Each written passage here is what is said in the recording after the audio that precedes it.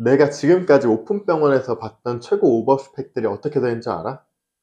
간호조무사 파트에서는 사직 전공이랑 대학병원 교수님, 데스크 파트, 상담 파트에서 정신과 전문의, 변호사. 로컬은 로컬라이저.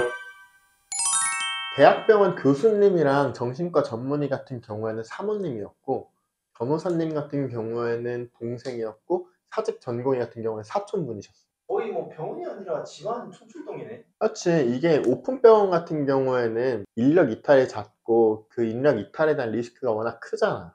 근데 개원 초기 인력 이탈이 치명적인 이유가 개원 초기에 들어온 직원들은 그 병원의 시스템이랑 문화를 함께 만들어가는 관계거든. 그러니까 진료 동선과 업무 분배가 아직 정리가 안 된 상태고, 이탈했을 때 원장님이 진료 외 업무까지 떠안게 되고, 환자 응대 품질은 저하돼서 재방문율이 떨어지고, 조직 문화 안정전에 갈등이 터지게 되는 거야. 후반 퇴사가 한 명만 나와도 병원 전체가 좀 근데 사실 흔들리면 나이스하긴 하지. 흔들릴 정도로 환자가 바로 꽉 차는 병원들은 많지는 않긴 해. 업무 때문에 나간다는 말들은 보통 다 핑계거든. 그러니까 직원분들이 퇴사하는 이유는 다 사람 때문에 나가는 거야. 진짜 이유는 뭐 실장님이 좀 텃세를 부린다거나, 중간 관리자가 책임을 회피한다거나, 내부적으로 따돌린다거나, 그리고 위아래 소통이 안 된다거나. 근데 일이 힘들다고들 많이 하던데. 근데 이게 진짜 업무가 힘들었으면은 개선 요청을 하겠지. 말도 없이 나가는 거는 내부 문화가 개판 났다는 뜻이야. 그래서 퇴사자의 수치는 리더십의 수치라고 생각하거든. 퇴사율이 높은 병원은 리더십에 문제가 발생한 병원이야. 내가 전에 말했던 그 병원에서 봤던 미친년 얘기했었잖아. 기억나.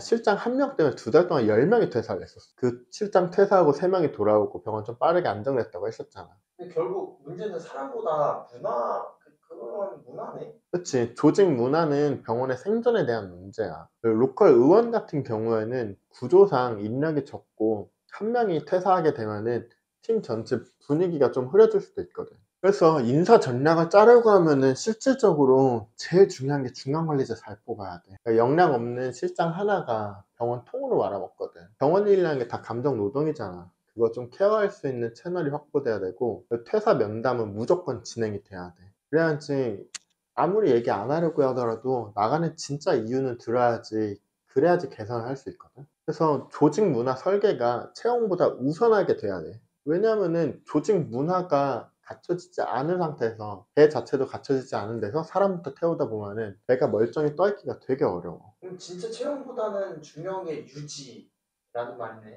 그렇지. 채용은 시작이고 문화는 생존이 될 거야. 그래서 병원은 건물이 아니라 사람을 굴리는 시스템이거든.